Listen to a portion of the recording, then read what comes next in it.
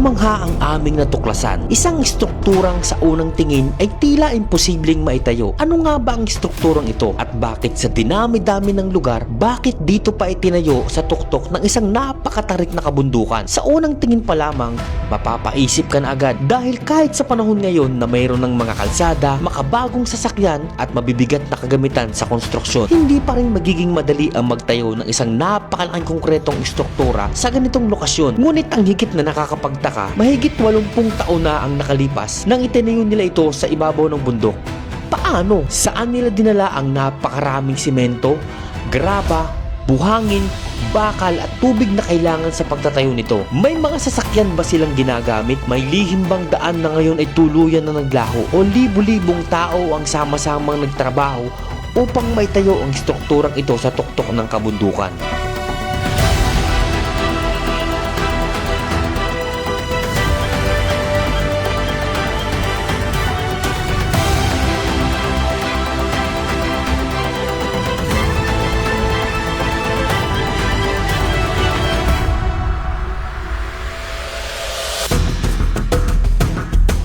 Upang marating at personal na makita ang misteryosong abandonadong strukturang nakatayo sa tuktok ng bundok, nagsimula kami ng aming paglalakbay mula sa Barangay Abihaw, Salcedo, Eastern Samar patungo sa bayan ng Giwan. Ngunit pagdating namin sa Giwan Port, doon namin napagtanto na hindi magiging ganong kadali ang aming misyon na makapunta dito. Wala kaming impormasyon tungkol sa islang aming pupuntahan. Hindi namin alam kung saan ang eksaktong sakayan. Hindi rin namin alam kung may regular bang bumabiyahe papunta roon o kung sino ang maaari namin lapitan. Isa-isa naming nilapitan ang mga residenteng naroon sa pantalan. Kaya pwede po magtanong, saan po yung bangkang sakay papuntang Suluan? Suluan po?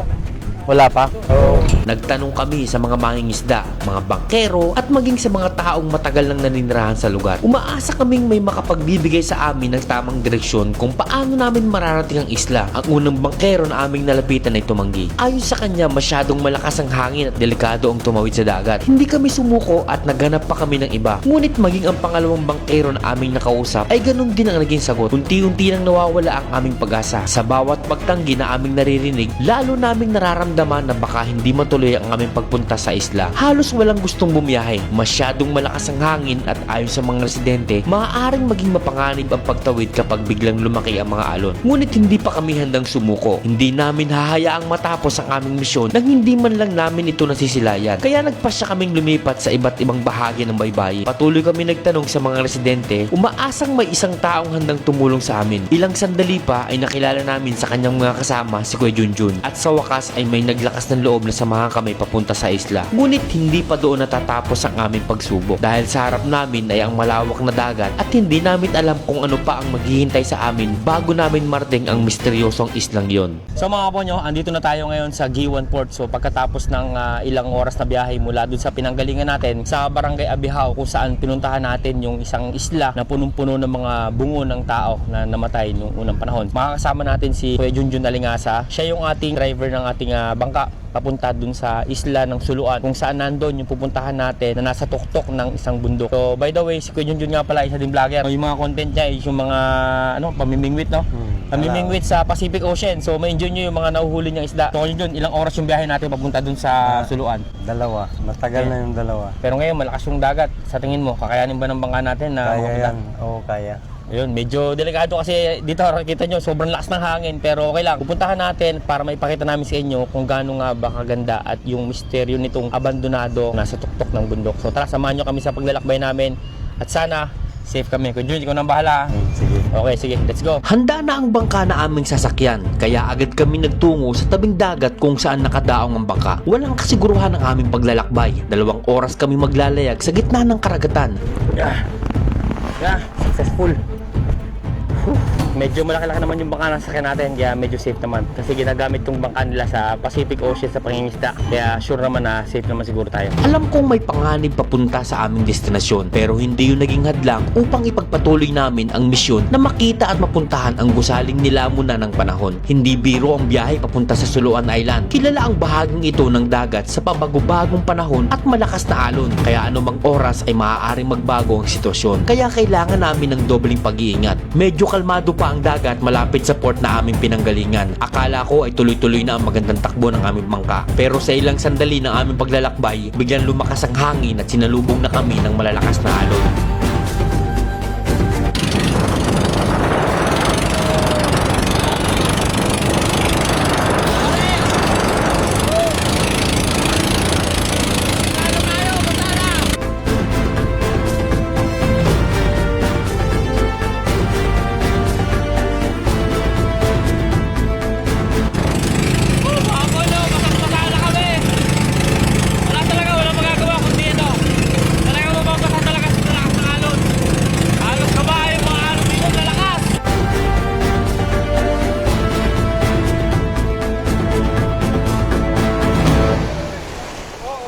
Sa wakas, mga po nyo, nakarating din tayo.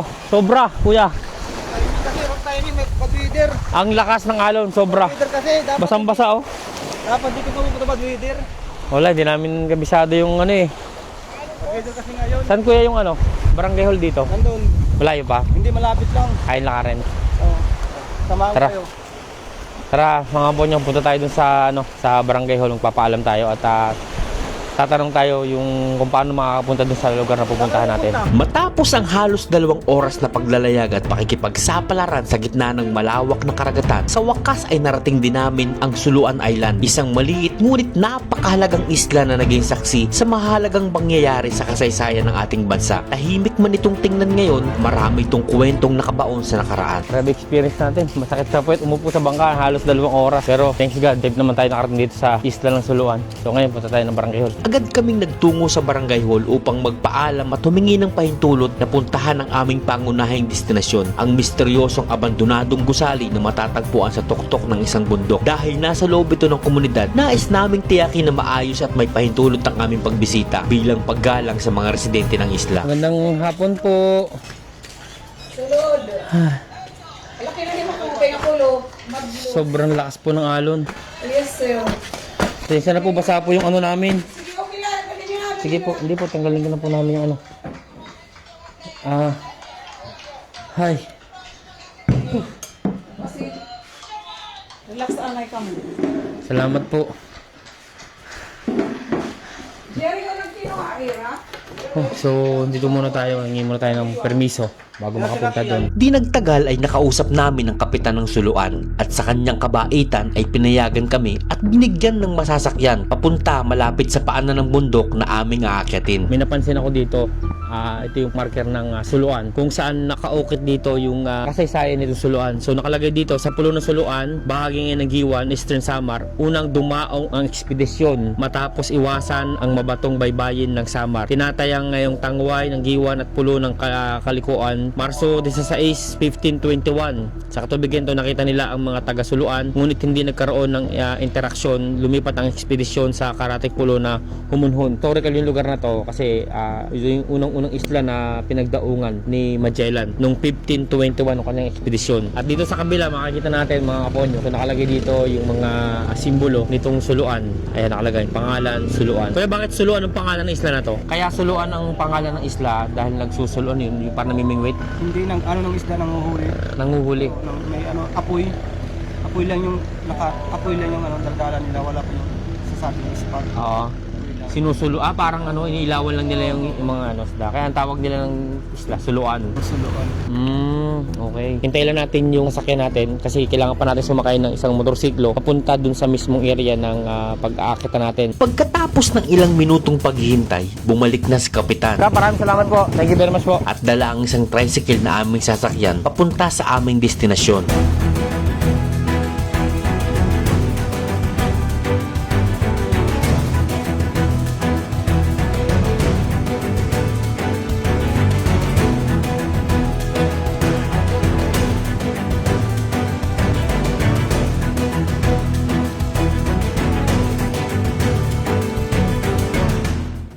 So ito na yung pinakadulo mga ponyo. Maglalakad na tayo papasok sa dulo. Kuya, salamat po na marami. Thank you po. So kasama natin si Kuya JR sa yung tutulong sa atin para marating yung lugar na yon at siya yung magiging tour guide natin para mapuntahan natin yung lugar. Mga ilang minuto pa Kuya JR yung ano? Abot siguro isang oras. Lakad. Lakad. Kasi doon tayo magtatagal sa ano, sa hagdan. Pero yung papunta sa hagdan, malapit na tayo makarating sa mismong lalakaran. Pero motorsiklo parang kasya, no? Kasya. Pero hindi umabot. Marami ng mga bato doon. So yung mga po nyo, doon tayo pupunta. Ewan ko kung makikita nyo sa video, pero dito tanaw namin yung pinakadulo. Doon tayo pupunta sa pinakatuktok na yun. So, medyo mataas-taas pala yung akyati. Malapit na rin pala yung puntahan natin. Ang mataas lang yung paglalakad sa taas, no? Matapos ang halos 2 oras na pakikibaka sa malalakas na alon sa karagatan, heto naman kami ngayon at papasukin ang loob ng kagubatan. Hindi sigurado ang aming kaligtasan dahil mismo nga kasama namin na si Kuya JR ay matagal ng panahon na hindi pumupunta dito. Tagal na rin ako nakakapunta dyan. Mga 5 years na siguro. Oh. Kaya kailangan namin magdoble ingat sa bawat takbang at bawat tinutungtungan ng aming mga paa sa aming dinaraanan. Sobrang masukal yung dinadaanan natin at hindi laging dinadaanan ng mga tao. So sabi ni Kuya JR, yung kasama natin, na paminsan-minsan talaga merong nakikita mga ahas dito sa lugar na to. Talagang medyo delikado rin at kailangan natin mag-ingat para walang mangyaring masama sa paglalakad natin papunta dun sa pinaka-watchtower sa taas. Mapanganib man ay nagpatuloy pa rin kami na tahakin ang daan patungo sa aming destinasyon. Masukal, matubig ang aming dinaraanan. Sinyales ito na pwedeng tirhan ng mapanganib na ahas ang bawat sulok ng kagubatan. At sa aming patuloy na paglalakad ay laking gulat ko sa aming nakita. Ito mga po nyo, kung makita nyo. Ayan o. So meron ditong lumang structure na sinauna. Dito Ito sila daw yung nagluluto. tirahan ng mga hapon doon. Tara, tingnan natin. Baka may daanan. Masilban din ng konti. Pwede malapitan.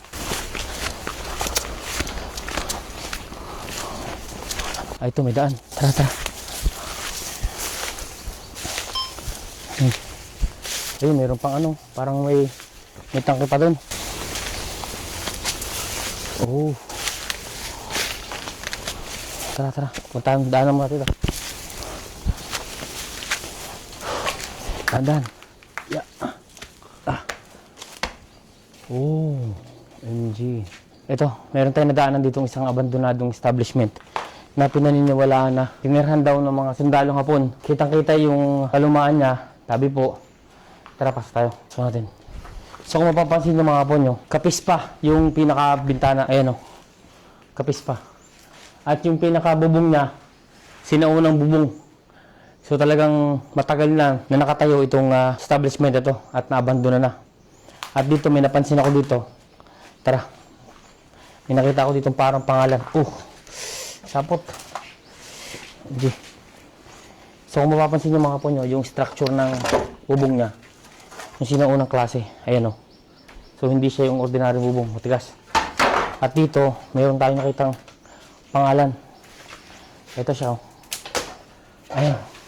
Head keeper. Nakalagay pa rin yung pangalan ng head keeper.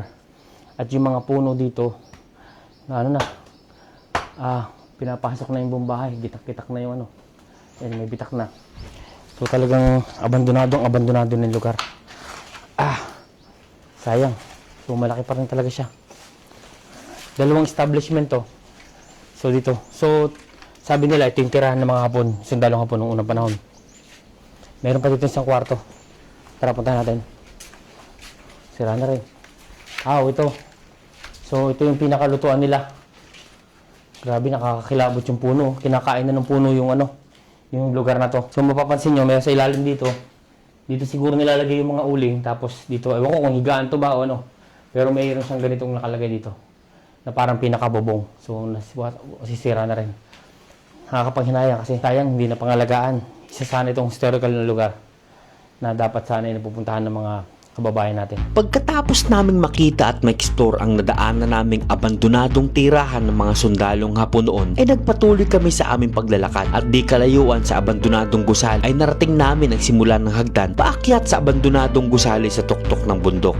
So mga po sa wakas, narating na natin yung starting point ng batong hagdan paakyat doon sa pinakamataas na watchtower sa baba ng bundok. So ilang step to kuya? Yung sabi nila 500. 500 step. Yung sabi nila. Tara, so ito. Kailangan natin akitin to 500 step para makarating tayo sa pinakatuktok. Simulan natin. Let's go. 2, 3, 4, 5, 6, 7, Ito na, simula. 500 steps ang kailangang hakbangan ng aming mga paa para makarating sa tuktok ng bundok. Mapapaisip ka talaga kung paano nila nagawa na magtayo ng ganitong istruktura sa tuktok ng bundok. Gayong kami mismo na walang dala ay hirap na hirap sa pag-akyat dito sa hagdanan. Mga po nyo. Grabe. Hindi lang ka rin to. Tara, kita. Matarik ang ibang hagdanan paakyat sa bundok. Bumibilis ang tibok ng aking puso at medyo nahihirapan sa paghinga. At kailangan makaupo para sandaling makapagpahinga.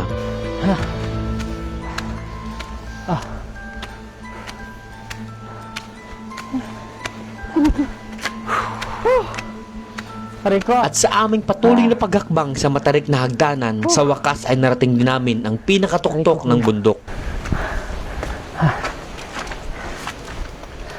Ayan na, mga po nyo, yun yung view dito. Talagang kitang-kita yung buong kalawakan ng karagatan. Hindi ako magtataka kung bakit dito nilagay itong watchtower na to. Kasi dito pa lang, kitang-kita nyo na yung mga dadating na kalaban. Mga barko, mga pandigma. Paikot, kitang-kita talaga. Kaya talagang napakaganda ng spot na to para paglagyan ng isang base militar. Napakaganda ng lokasyon. Hindi pa ito yung pinakamataas. Ilang habang pang kalating akitin para marating yung mismong pinaka-watchtower. Tara, hit. Oh my God. Ito na siya. Ano siya? Mga po nyo, sa wakas. Narating din natin. Ito mga po nyo, sa wakas, after ng 500 steps, narating din natin yung pinakatuktok itong bundok na to. At nandito yung watchtower na ginamit nung World War II. Kung makikita nyo dito, meron dito parang isang malaking tangke. Siguro ito yung pinaka-bunker niya, taguan. So nasira na. So sabi nila, binomba raw to kaya nasira talaga. Ito nyo yung hugis niya, pagkakayari, sinauna yung pagkakagawa. So marami na rin bandal na nakikita tayo dito, mga sinulatan. Tayo lang kasi, nasisira kasi kakaroon ng vandalism yung mga pupunta dito. Sa halip na respeto na lang dahil sa ating kasaysayan, wala sira. Ito yung pinakatangke, ang laki. So meron ditong tanda na dating may nakalagay dito, may nakatayo, pero ngayon wala na siya. Kung lighthouse nakalagay Naka-lighthouse ba to? Lighthouse. Nakalagay dito. So hindi siya ganun kalakihan, pero kitang-kita mo talaga na nasira na siya ng mga bagyo, ng Yolanda. Kaya ito, ganitong itsura. Tara, pasok kami sa loob.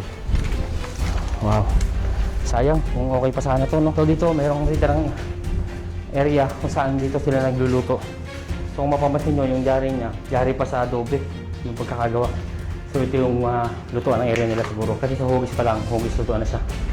Dito yan. Talagang kahit kataas-taasan, nangalanan nila. Nababandilan nila, susulatan nila. Halos sira na yung structure, parang paghuhuna, oh. Talagang nauukit na lang, lumalabas na yung mga bakal.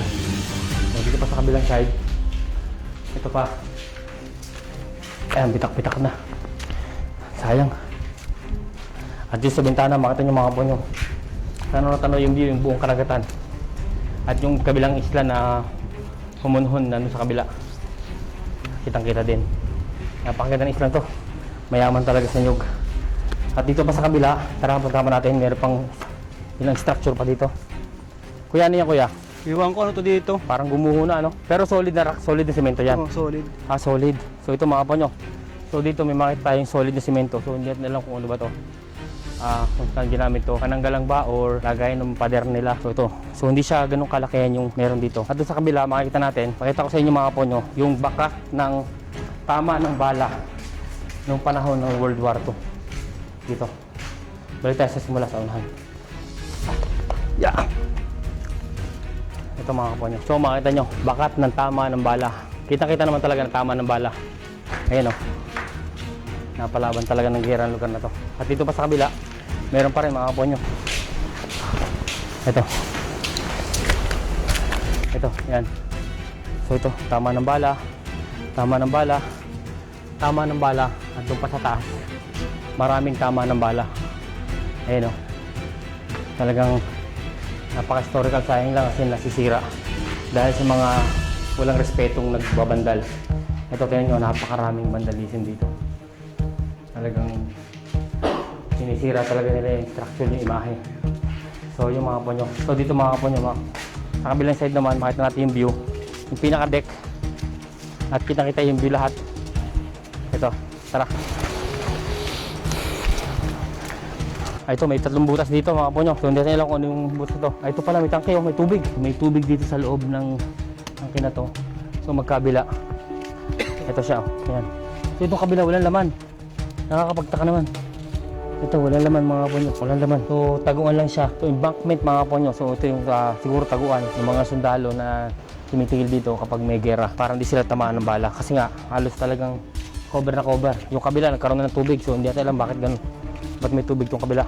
At dito mga ponyo, makita natin, nakakahilo. Napakalalim na bangin. At ito, tanaw na tanaw natin yung buong area ng karagatan. At napakagandang spot para makita yung mga kalaban sa 180 degrees na portion ng karagatan. Napakaganda. So talagang dito nila tinayo. Nakakapagtaka lang na paano nila naakyat talaga yung mga materyales dito sa tuktok ng bundok na to. Na napakataas. Kung tayo nga, wala tayong dala-dala pero hirap na hirap tayong umakyat. Pero sila, nagawa nila ng paraan na may tayo itong pinaka watchtower kung saan talagang binabantayan nila kung may paparating na mga kalaban. Sana lang talaga na-restore yung area na to para mapaganda pa rin kasi ang ganda niyang tanawin dito. Lalo na pag sa barko kayo at pupunta kayo sa lugar na tuluan, makikita niyo na agad yung pinaka watchtower. Maraming salamat mga ponyo sa pagsama sa vlog na to. Oo, mahirap, malayo at talagang sinuong natin yung matataas na alon at umakyat tayo ng 500 step para lang marating yung lugar to at may pakita namin sa inyo na merong lugar na ganito sa isang isla na naging bahagi ng ating kasaysayan kung saan dito unang dumaong si Magellan ng kanyang expedition noong 1521. So muli maraming salamat mga ponyo. Ako si Pon TV na nag-iwan sa inyo na gawin nating posible ang imposible.